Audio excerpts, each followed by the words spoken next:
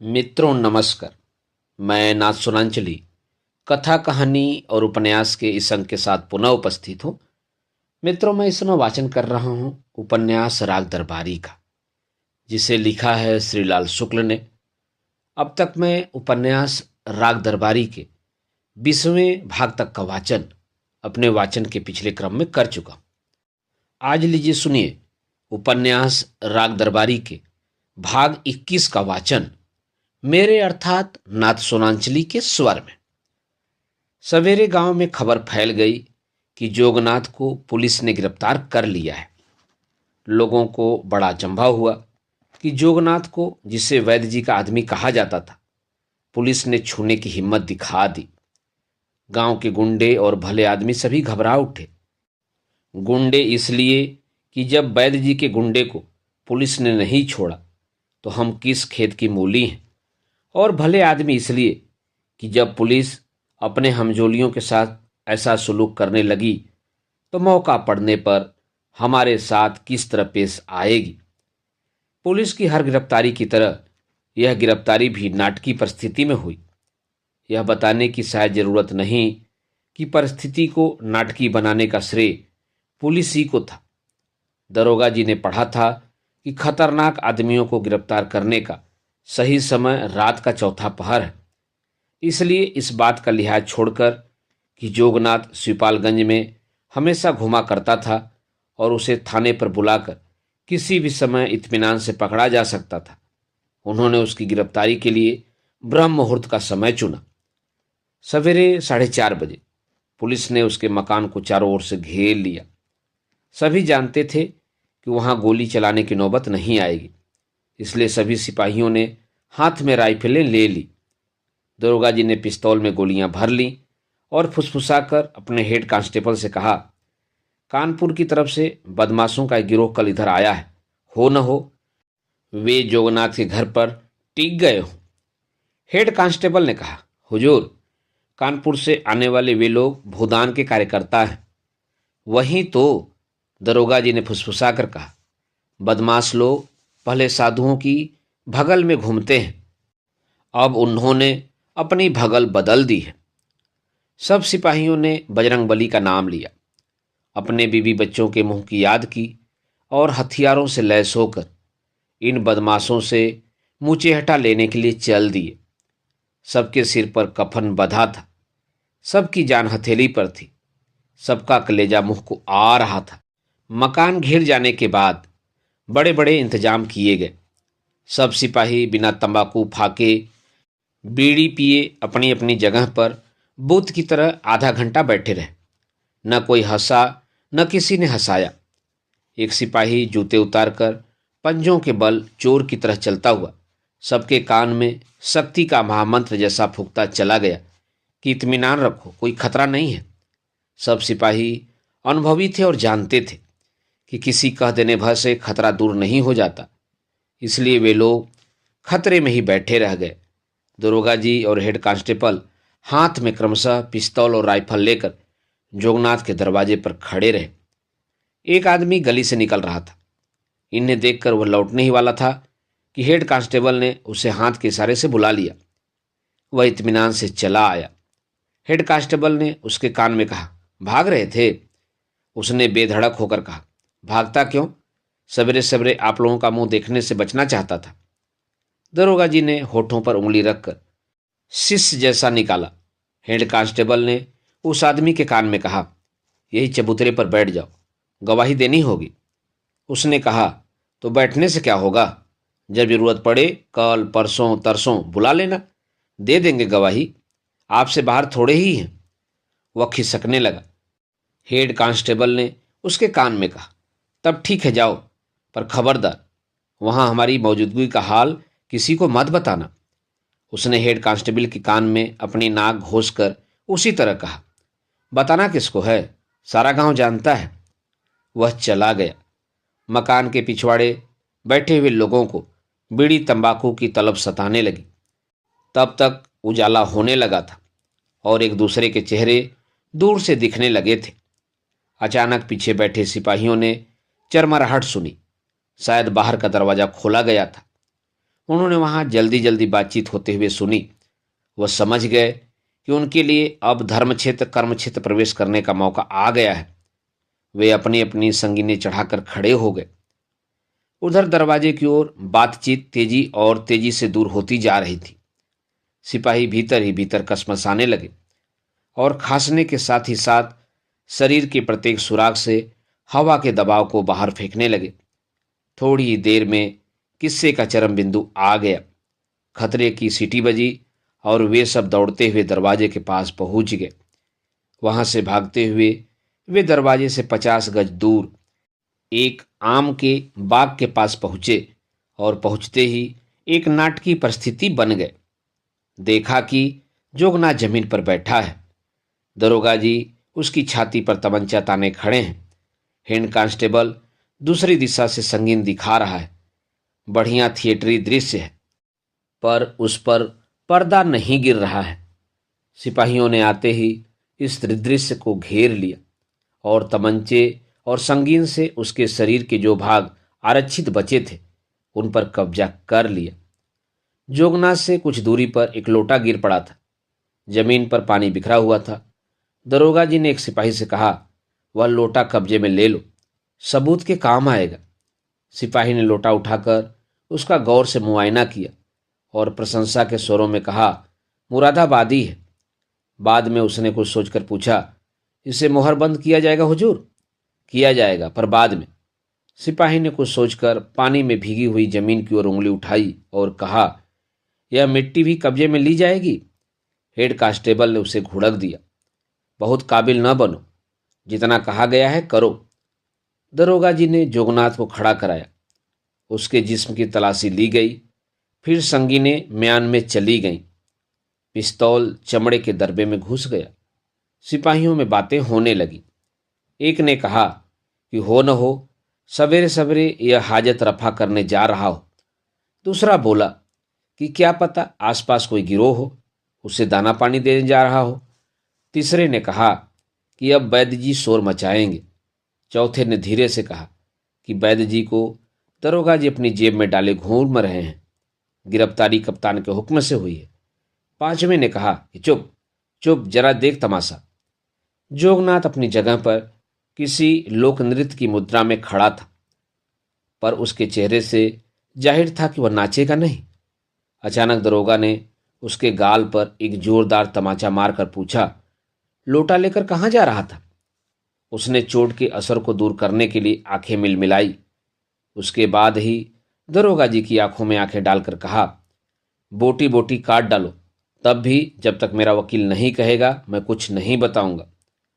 दरोगा जी ने head constable को हुक्म दिया, हथकड़ी डालकर इसे ले चलो, अभी इसके मकान की तलाशी लेनी है, इनकी खबर भी लेनी है। हेड कांस्टेबल ने कहा। पूरी घटना के बारे में अगर कोई दरोगा जी से पूछता तो वे उसका विवरण इस प्रकार देते। आज से कुछ दिन पहले गांव में चोर आए थे। पुलिस ने ग्राम रक्षा समिति की मदद से उन्हें पकड़ने की कोशिश की, पर जैसा कि इस मौके पर अक्सर हो जाता है, चोर अपने गिरोह का एक मुकामी आदमी पीछे छोड़कर निहायत चालाकी के साथ अंधेरे में गायब हो गए और पुलिस और ग्राम रक्षा समिति की मुस्तैदी के कारण दस्तयाब न होने पर भी वे अपने मुजरिमाना इरादों में कामयाब न हो पाए। पर उनके गिरोह का मुकामी आदमी जिस वक्त गांव में चोरों की आमद से चहल पहल मची थी, गांव वालों की घबराहट का नाजायज फायदा उठाकर गया दिन के मकान में बनिया चोरी करने दाखिल हो गया।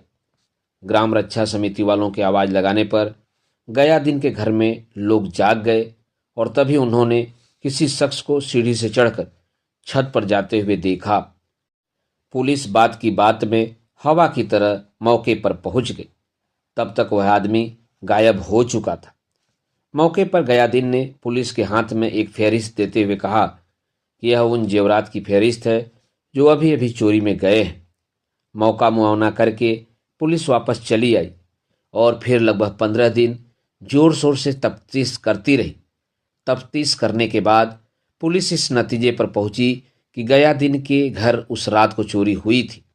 यही नहीं, जो शख्स जल्दी जल्दी सीढ़ी पर चढ़कर छत पर पहुंचता हुआ पाया गया था, यकीन के साथ कहा जा सकता है कि वह चोर ही था।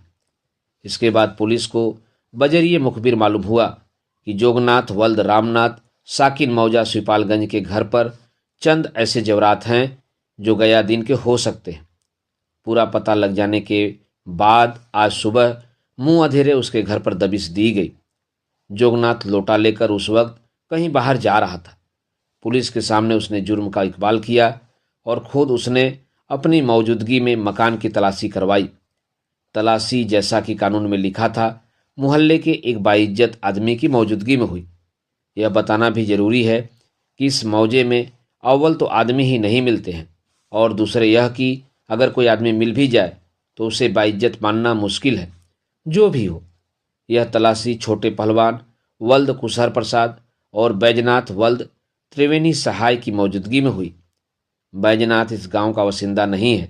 इस बाइज्जत आदमी को पड़ोस के गांव से बुला लिया गया था। जोगनाथ के दिखाने पर अंदर कोठरी में एक जगह खोदा गया। उससे एक हाड़ी निकली और हाड़ी के अंदर जेवरात, एक करधनी चांदी की कीमत लगभग 50 रुपया, एक जोड़ी बिछिया कीमत लगभग 3 रुपया, एक हमेल चांदी की कीमत लगभग 25 रुपया और एक नाक की कील सोने की कीमत लगभग 30 रुपया बरामद हुई। इनकी फर्द बरामदगी तैयार करके गवाहान के दस्तखत लिए गए। इस सामान को मैहाड़ी के एक कपड़े में बांधकर मोहर बंद किया गया। यह सारी कार्रवाई वही मौके पर यानी कोठरी के अंदर की गई। जोगनाथ ने गिरफ्तारी के वक्त झगड़ा किया था। उसे पकड़ने के सिलसिले में हेड कांस्टेबल की कमीज फट गई और हाथ में चोट आई। जोगनाथ पर काबू पाने के लिए कम से कम जितनी ताकत जरूरी थी उसका इस्तेमाल किया गया। बाद में जोगनाथ और घायल सिपाही का डॉक्टरी मुआयना कराया गया। सिपाही 2 हफ्ते की डॉक्टरी छुट्टी लेकर घर चला गया है। जोगनाथ के जिस्म पर 20 नीले नीले निशान और 40 खरोचे हैं। सभी चोटें मामूली हैं और जमीन पर गिर पड़ने की वजह से आई हैं। यह आख्यान वैद्य जी को बहुत घुमा फिरा कर सुनाया गया, पर आज पहली बार वैद्य जी को इस शाश्वत सत्य में संदेह हो रहा था कि पुलिस जो करती है ठीक ही करती है। वैद्य जी की राय जोगनाथ के बारे में बहुत अच्छी न थी, पर वे उस दुनिया में रहते थे जहां आदमी का सम्मान उसकी अच्छाई के कारण नहीं, उसकी उपयोगिता के कारण होता है।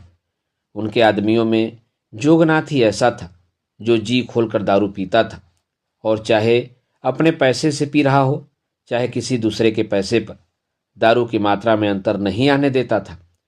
कुल मिलाकर वह एक मझोली हैसियत का गुंडा था। वैद्य जी को संदेह था कि जोगनाथ की गिरफ्तारी के पीछे कुछ पॉलिटिक्स है। वे कुछ दिनों से देख रहे थे कि दरोगा जी उन्हीं को नहीं, रामाधीन भीखम खेड़वी को भी कुछ समझकर चल रहे थे।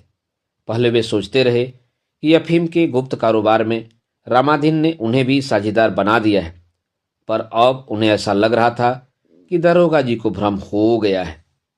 इस बात का भ्रम कि राजनीतिक दावपेच में रामाधीन भीखम खेड़वी उनके लिए वैद्य जी की अपेक्षा ज्यादा कारगर साबित होंगे। जो भी हो, वैद्य जी को एहसास हो गया था कि इस परिस्थिति में अगर जोगनाथ की गिरफ्तारी होती है तो शुरू में वही होगा जो दरोगा जी चाहेंगे, और दरोगा जी वही चाहेंगे जो रामाधीन भीखम खेड़वी चाहेंगे। पर रूपन बाबू ने जिद की थी कि जोगनाथ को जमानत पर थाने से ही छुड़वा लिया जाए, इसलिए वे दरोगा जी से न चाहते हुए भी बात करने के लिए तैयार हो गए थे। दरोगा जी इस वक्त सवेरे वाले मुस्तैद दरोगा न थे, जिनकी निगाह पड़ते ही आदमी के जिस्म पर नीलगु निशान और खरोचे उभर आती हैं। इस वक्त वे सिल्क के कुर्ते में अपनी तंदुरुस्त देह को झलका रहे थे। नीचे खद्दर का पैजामा, होठों के कोनों से पान बहता हुआ। उनके मुंह से वैद्य जी ने पूरी घटना सुन ली। उन्हें ताजुब नहीं हुआ, सिवाय इसके कि जोगनाथ के घर से पुलिस ने एक देसी तमंचा तक नहीं बरामद किया।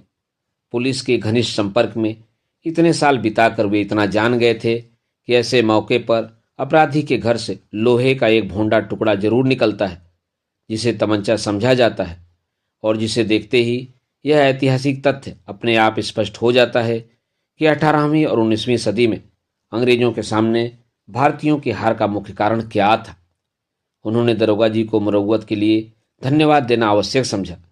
भूमिका के तौर पर पूछा, जोगनाथ के घर से केवल आभूषण ही निकले, गांजा भाग चरस या अफीम तो नहीं? मैंने अफीम की तलाशी नहीं ली थी। वैसा करता तो लोग यही कहते कि उस बार उधर की पार्टी से एक आदमी अफीम के सिलसिले में पकड़ा गया था, इसलिए इस बार एक आदमी इधर से पकड़ा गया है। पार्टी? वैद्य जी ने आश्चर्य से पूछा। कैसी पार्टी? आप यह किसकी भाषा बोल रहे हैं? उत्तर दिया रूपन बाबू ने। पुलिस की। दरोगा ने आंखें मीचकर अपना दिमाग साफ करना चाहा। मन में उन्होंने कहा कि अंग्रेजी शराबों में जीन बहुत धोखेबाज चीज है। देखने में पानी जैसी है, पर पेट में पहुंचकर जबान को गलत मोड़ देने लगती है। क्या कहना चाहिए और क्या कहलाती है। उन्होंने आंखें खोली। वैद्य जी का चेहरा काफी गंभीर हो गया था। अब वे कोई कसीनेपन की बात कहेंगे, सोचकर दरोगा जी उनके मुंह की छटा निहारने लगे। आपने यह संकोच निरर्थक ही दिखाया। वैद्य जी बोले, जो अफीम का तस्कर व्यापार करता हो उसे कभी क्षमा न करना चाहिए। वह दुराचारी है, देशद्रोही है। दरोगा जी चुपचाप बैठे रहे। उन्होंने मन ही मन हलफ उठाया कि जीन हो या न हो, अब कोई गलत बात नहीं कहूंगा। वैद्य जी ने अचानक पूछा, जोगनाथ के घर से तमंचा तक नहीं निकला, यह कैसी तलाशी थी? ऐसी ही वैसी समझ लीजिए। दरोगा जी विनम्रतापूर्वक बोले, अब इतने तमंचे कहाँ रह गए कि हर तलाशी में एक एक निकलता जाए। मुस्कुराकर उन्होंने सोचा कि जीन एक्टिंग करने में बड़ी मददगार साबित होती है। रूपन बाबू एक अखबार के पीछे अपना मुंह छिपाए हुए थे। वहीं से बोले, कहाँ चले गए सब तमंचे? आपके स्टॉक वाले सब खत्म हो गए क्या? दरोगा जी ने गंभीरतापूर्वक कहा, पिछली बार वैद्य जी ने जो भाषण थाने पर दिया था यह उसी का नतीजा है। उससे प्रभावित होकर सभी बदमाशों ने अपने तमंचे इलाके के बाहर फेंक दिए हैं। ज़्यादातर उन्नाव वालों के हाथ बेच दिए हैं। बदरी पहलवान उन्नाव गए हुए थे, अभी लौटे नहीं थे।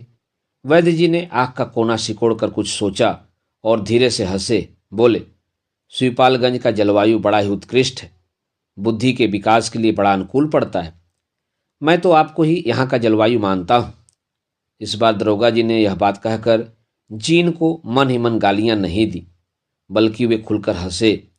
वे हंसते रहे और उन्हें पता ही नहीं चला कि जीन ने जबान को नहीं, गले को भी गलत मोड़ दे दिया है। वैद्य जी चुपचाप बैठे रहे। दरोगा जी की बात उन्होंने अनसुनी कर दी थी।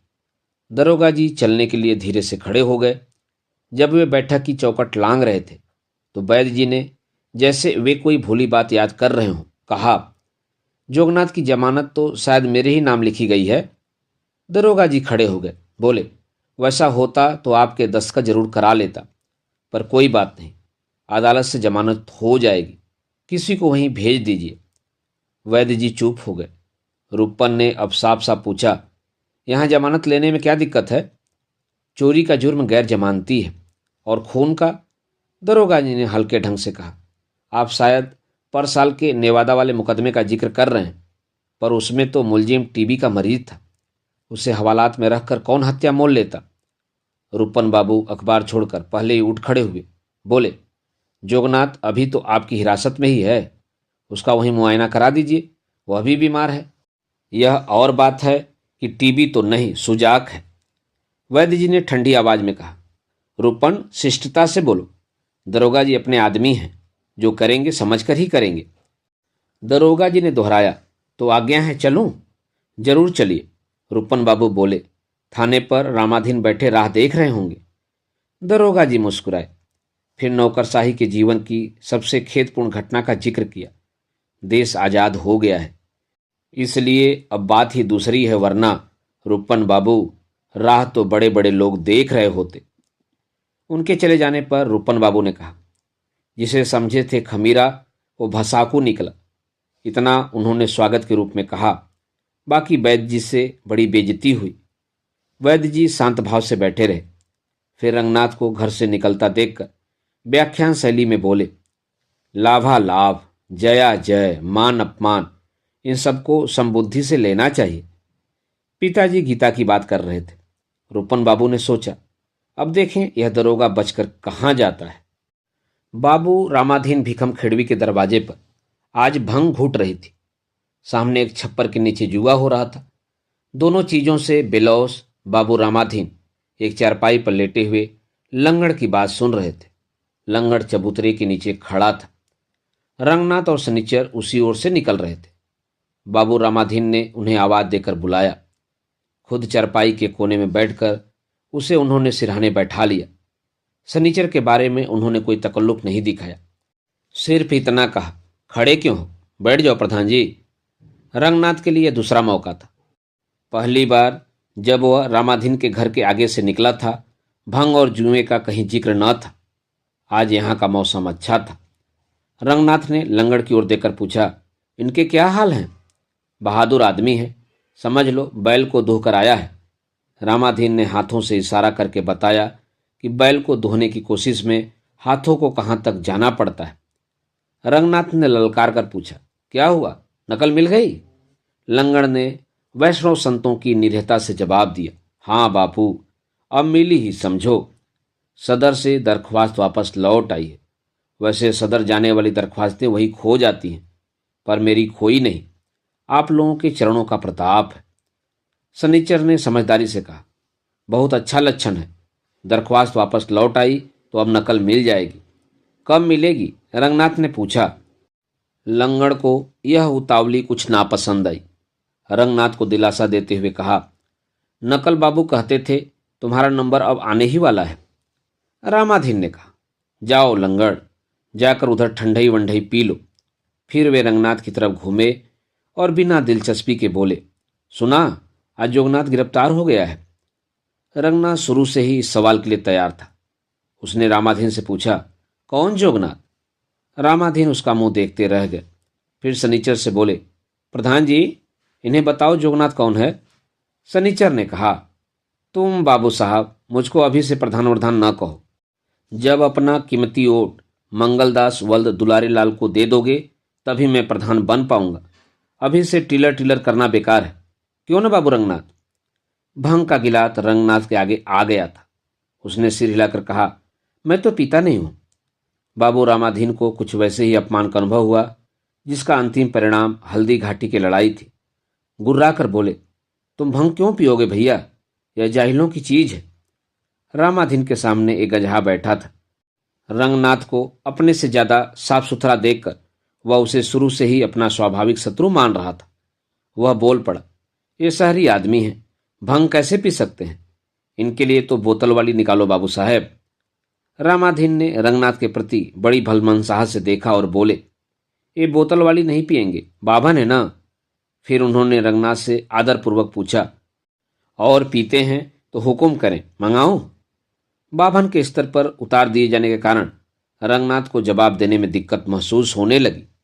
पर शनिचर ने बिना हिचक कहा, तुम क्यों बोतल मंगाते हो? बोतल तो ये चिमरी खी दास मंगाए जिन्होंने यह बात उठाई है, कहकर उसने गधे की तरफ हिकारत के साथ कहा, खंडूस कहीं के। फिर एक स्थानीय कहावत जिसका खड़ी बोली में मतलब था कि 1600 सूरों को निमंत्रण देते घूम रहे हैं, पर हालत यह है कि स्थान विशेष में पाखाना तक नहीं है। रंगनाथ ने अब चल देना ही ठीक समझा, क्योंकि बातें उखड़ी उखड़ी हो रही थी।